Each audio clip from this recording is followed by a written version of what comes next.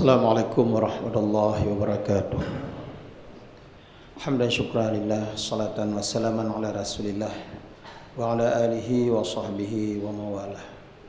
Sidang jemaah maghrib yang dimuliakan Allah subhanahu wa ta'ala, kembali kita bersyukur kepada Allah subhanahu wa ta'ala, memujinya karena Allah memberikan kesempatan, kesehatan, hidayah kepada kita sehingga kita dapat melaksanakan salat maghrib secara berjamaah di awal waktu dan di masjid yang mulia ini sebagaimana dicontohkan oleh baginda Rasulullah sallallahu alaihi wasallam.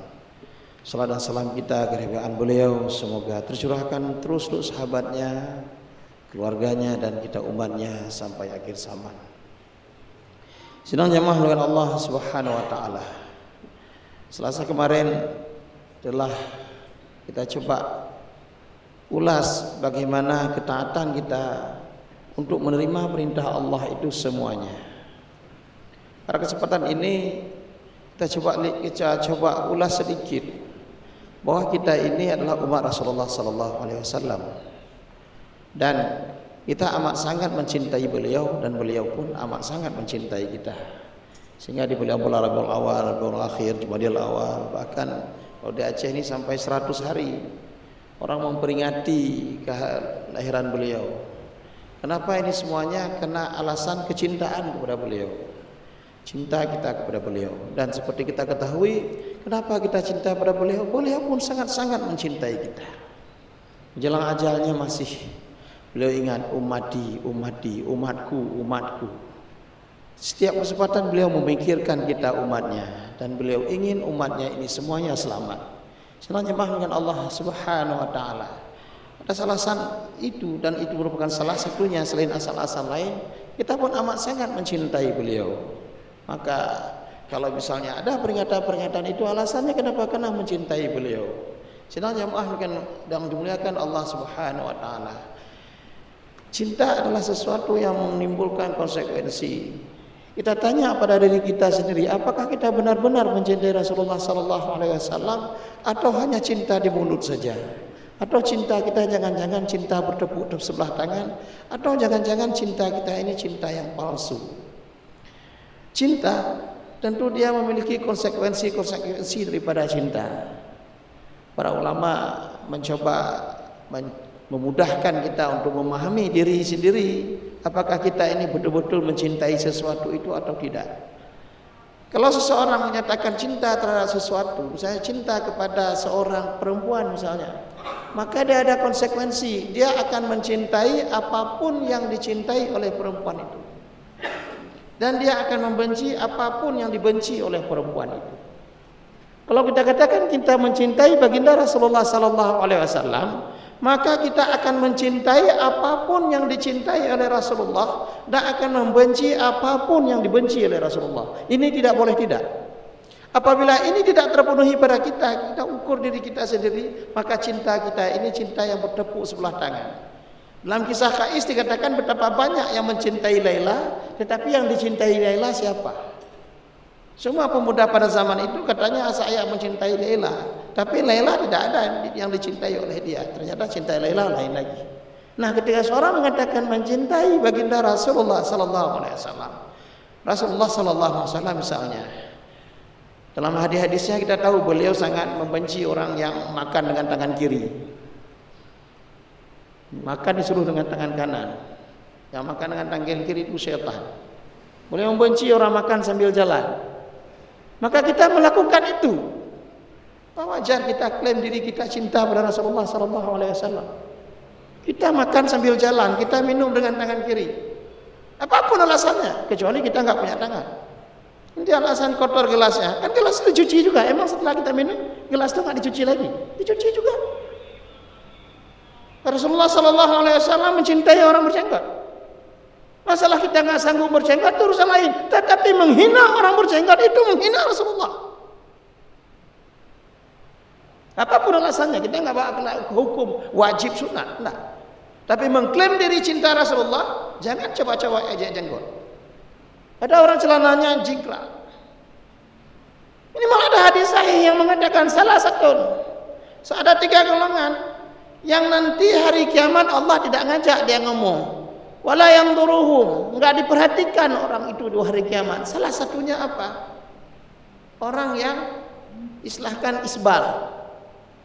Itu masalah sombong nak sombong urusan lain, tapi itu hadis itu ada. Lalu kita tertawakan orang yang celananya di atas pada tumit banjir ya.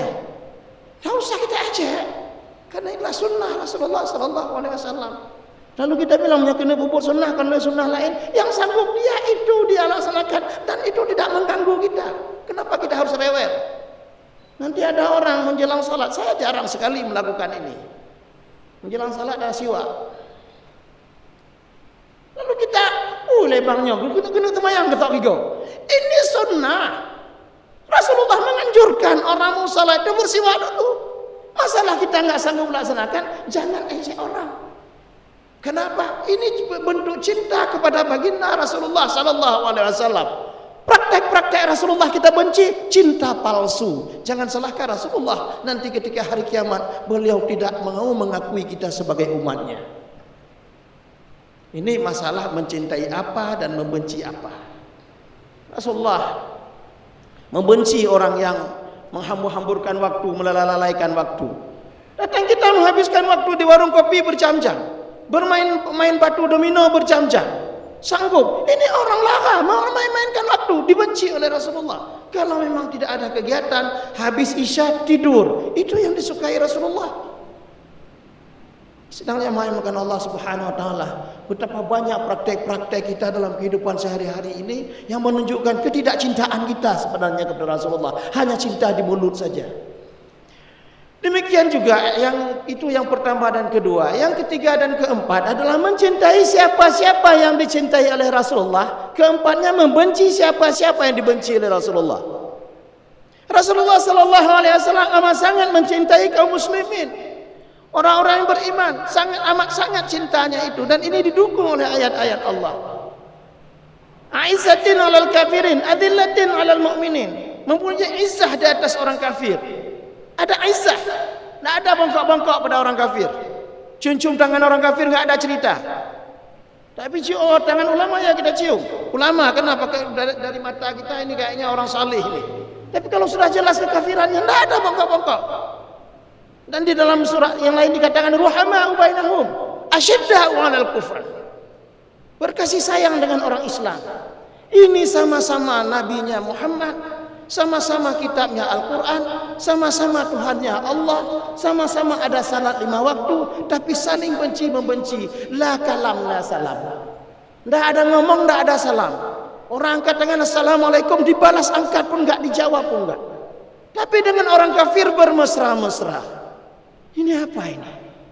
Padahal Rasulullah Sallallahu Alaihi Wasallam mencintai orang Muslim. Datang kita membenci orang Muslim.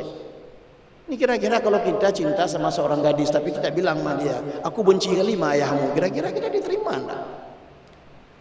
Kita cinta sama seorang perempuan, mau kita lamar, kita bilang, aku benci kali sama ayah dan ibumu tuh. Ayahmu gemuk kali, bapakmu gemuk kali. Atau ayah kamu bau badan. Atau ayah kamu itu koruptor ya. Atau ayah, pokoknya kita sebutkan bencinya. Tentunya dia tidak mungkin mencintai kita. Maka sidang jamaah yang dimuliakan Allah Subhanahu Wa Taala. Di akhir zaman ini kita umat akhir zaman. Umat akhir zaman ini sedikit yang masuk surga, Pak. Jumlah kita banyak. Jumlah kita 3 miliaran. Tetapi dari 3 miliar ini, berapa yang betul-betul beriman tidak berada di persimpangan jalan? Dia tidak termasuk orang sesat. Saya rasa kita semua sepakat Syiah itu sesat. Berapa banyak orang Syiah? Berapa tinggal kita? Ahmadiyah itu sesat. LDI itu sesat. Berapa tinggal yang betul-betul beriman? Dari orang beriman ini, berapa yang mengamalkan perintah Allah? Dari yang mengamalkan perintah Allah ini, berapa yang mengamalkan perintah Allah semuanya? Dari yang mengamalkan perintah Allah semuanya ini, berapa pula yang betul-betul tidak munafik dalam menjalankan perintah itu? Orang munafik itu takut dia kalau berada dalam golongan orang beriman. Maka orang munafik itu salat juga. Pada masa Rasulullah, orang munafik itu salat juga bersama Rasulullah. Maka orang-orang munafik di Indonesia ini ketakutan dia, karena banyak orang Islam di Indonesia. Tapi kalau orang munafik di Barat, dia nampakkan kemunafikannya. Yang hebatnya di Indonesia pun sudah mulai ditampakkan kemunafikannya. Di Aceh pun dinampakkan kemunafikannya. Maka berapa tinggal orang yang betul-betul beriman? Dari orang betul-betul beriman itu berapa yang melaksanakan salat secara berjamaah? Dari orang yang melaksanakan salat berjamaah itu berapa yang lillahi ta'ala? Inna salati wa nusuki wa mahyaya wa mamati lillah. Berapa? Maka sidang jamaah yang melakukan Allah Subhanahu wa taala, kita umat akhir zaman ini thullatun minal awalin wa qalilun minal akhirin. Sedikit kita ini. Oleh karenanya kita berdoa selalu kepada Allah Subhanahu wa taala agar Allah selamatkan iman kita. Allah selamatkan agama kita. Allahumma inna nas'aluka salamatan fid din. Sering-sering kita bilang. Enggak tahu kita nanti menjelang akhir hayat kita ternyata kita termasuk dalam catatan orang-orang yang su'ul khatimah. Naudzubillah min dzalik. Semoga ini bermanfaat. Mari kita doakan saudara-saudara kita yang sedang sakit agar segera sembuh dan bisa beribadah dengan sebaik-baiknya. Subhanakallahumma wa bihamdika asyhadu an la ilaha illa anta astaghfiruka wa atubu ilaik. Assalamualaikum warahmatullahi wabarakatuh.